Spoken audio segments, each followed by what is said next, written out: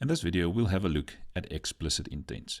So I'm going to start off this video with a new project, and I'm going to call this explicit intent. And for me, I'm going to call it video. Right, so you can leave the rest as it is. We're going to use Android 4.4, which is fine. And we're going to go into the empty activity, and we're going to say finish. Right, the application is done syncing. And we can now go into the main activities XML file. So if you have still have some problems with this layout not appearing, so when you drag in components and it's not appearing there, one workaround that we found was to go into the values folder and go into styles XML and just add the base dot to your strings XML or your styles XML file to the parent theme there. So it's base.theme. So for me on the Mac, I don't have that problem at all. So I will not include it there, but you can include that in your styles XML. Right, so I'm going to go into the text tab at the bottom. I'm going to remove this part and say this should be a linear layout. I'm going to change the orientation to vertical. And then I'm going to remove this text view. Now, I'm not going to take too much time into the layouts for this video because we just want to see how intents work. So what I want to do here is to start off with an edit text, and I'm going to use a plain edit text that I'm going to drag into the screen. After that, I will have two buttons. So I'm going to go to the first item there, which is the edit text, or let's just select all of them by holding down your shift button. I'm going to choose the layout margin on the left for all of them 20, on the right 20 as well, and then maybe at the top let's make it 10. Okay, so there's the components. We'll have a text view right at the bottom. Right after that, we'll have the text view. And on that text view, let's set the same thing. I'm going to have left 20, right 20, maybe top 10 as well. Okay, so these are the components that we're going to have on the screen. For that one, I'm going to call it ET name. So we're going to ask the user there to enter his or her name. We're going to remove the text property totally, go down to the hint, and we're going to give a hint something like, please enter your name. If you do not type, or you should not type enter there, so I'm going to say please enter your name. Escape key takes away the autocomplete. Okay, so it's please enter your name. We're going to go to the gravity property and say center horizontal. So now it's nicely centered. Let's click on the two buttons. For the two buttons, I'm going to set the background property there to colors. Just start typing color there, and I'm going to choose the color primary. Now, if I go down, I'm going to set the text style to bold. I'm going to set the text color to a hash 1, 2, 3, 4, 5, 6 Fs. And then we've got the white color for the text. Now on this button, the text for that button, I'm going to set the button's text as activity 2. I'm going to set this text there as activity 3. And then the text view is where we will display some results later on. So I'm going to call this one TV results. So the ID should be TV results. The ID for this button, let's call it BTN Act 3. And for that one, we'll say BTN Act 2 for activity 2. This one is ET name. The components on this screen is now basically done. Let's set them up in the main activity quickly. So we've got one edit text there, and we called it ET name. We had two buttons, BTN activity 2 and BTN activity 3. Then we also have one text view there. So I'm going to say text view TV results. So those are the four components on the screen, and we've linked them up, or just declared variables for them. Let's link them up quickly. So etName equals find the view by its ID, r.id.etName. We will do the same for the buttons. BTN Act 2 equals also find the view by its ID, BTN Act 2. Then also BTN activity 3 equals find the view by its ID, r.id.btn activity 3. Then for TV results, the same thing. It's find the view by its ID, r.id.tv results. Now let's set up the two buttons quickly. So it's going to be BTN activity 2.set on click listener new on, and just select that interface there from the list. And then we're going to go to BTN activity 3.set on click listener new on click listener, and there we go. So we've got all the components set up in coding and we're ready to go. So we'll come back to this activity now again. What I want to do now is to create two new activities, which will be activity 2 and activity 3. So that when we click on activity 2, it takes us directly to activity 2. When we click on activity 3, it should take us directly to activity 3. So let's start with activity 2 quickly. So in or on your Java folder, if you go into your package, you can see there's your package. You're going to right click on your package and you're going to say new activity, empty activity. So this creates a new activity again. So you can see it's basically the same as the first screen that we got when we created a new project there to also create our main activity. So I'm going to call this one activity 2 and we can leave it as generate the layout file and the rest should be fine. I'm going to say finish.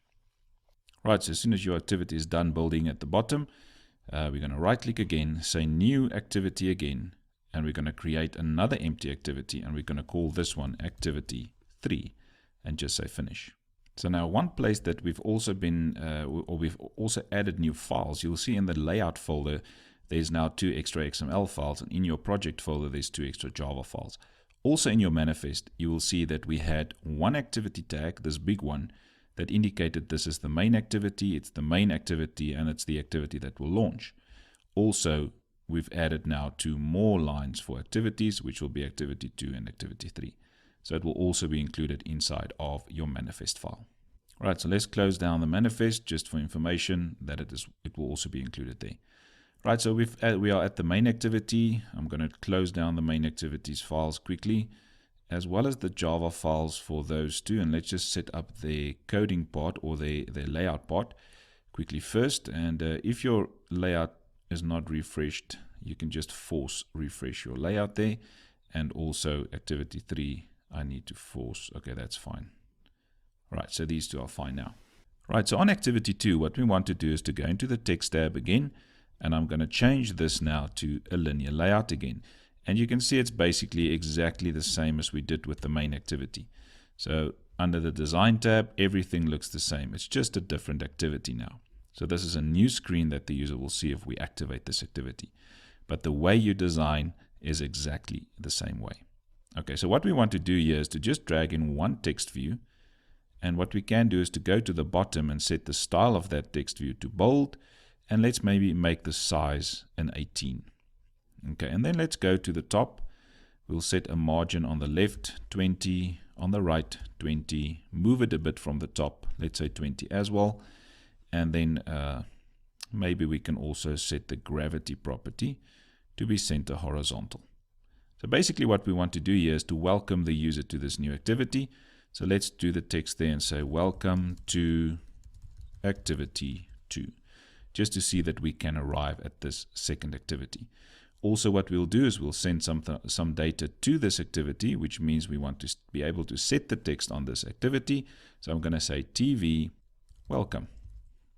Now let's just open up activity 2 and set up that one component, which is just a text view, and it's going to be TV welcome. Let's go into coding, set it up, TV welcome equals find the view by its ID, r.id.TV welcome, and then we are all set up for activity 2.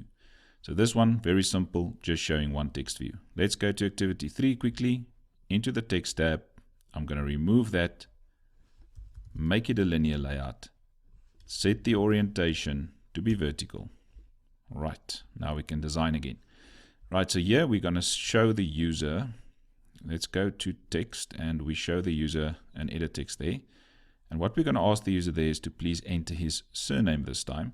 And then we'll have a button directly underneath that to submit his surname. So we're going to call this one eat his surname. And we're going to call the button btn submit. Now on both of them, just hold down the shift key, select both of them. I'm going to set the left margin to 20. The right margin to 20 and the top margins to 10. Right.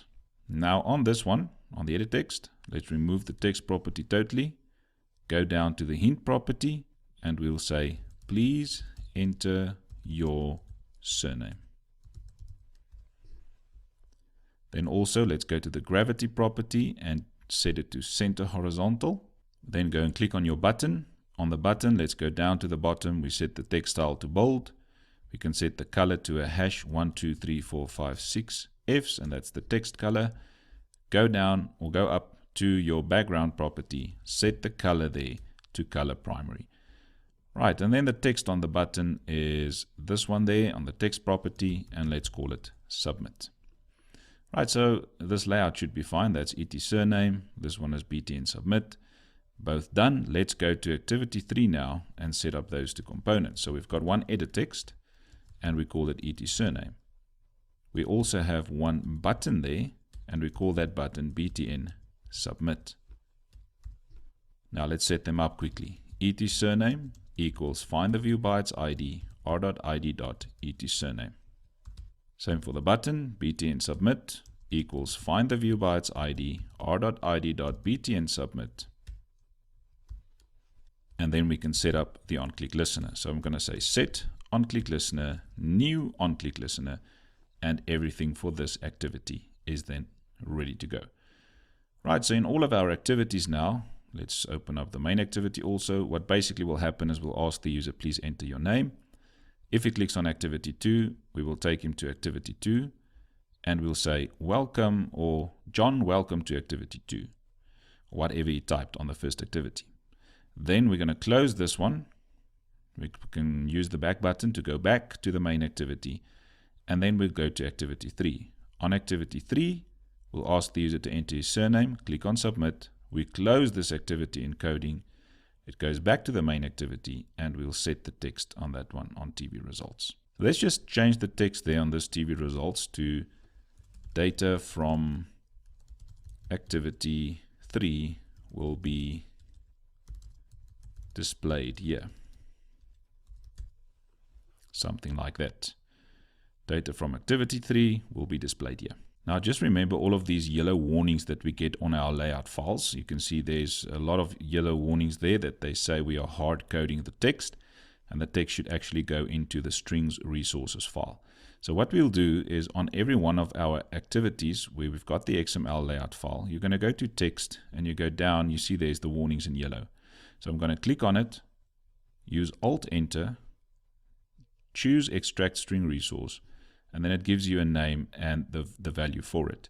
And you can see the resource name must be all lowercase, and you may use the underscore. So I'm going to say OK, and then there's no more problem for that one. So where will I find the text for the hint? It will be in the strings XML with the name, please enter your name. We'll see that now. Alt Enter for that one, extract string resource, say OK. It's in the strings XML. Same for activity 3, Alt Enter and extract. Same for this one, Alt Enter and extract.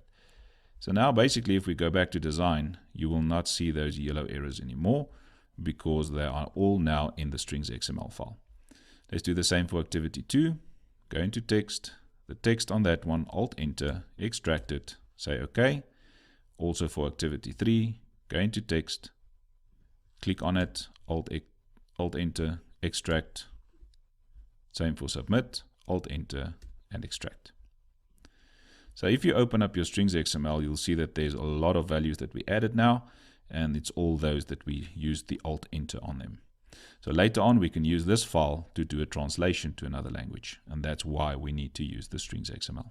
Right, so that is it for this video. On the next video, we'll do the coding behind the scenes and see how intents work in order for us to move between two activities and send data back and forth.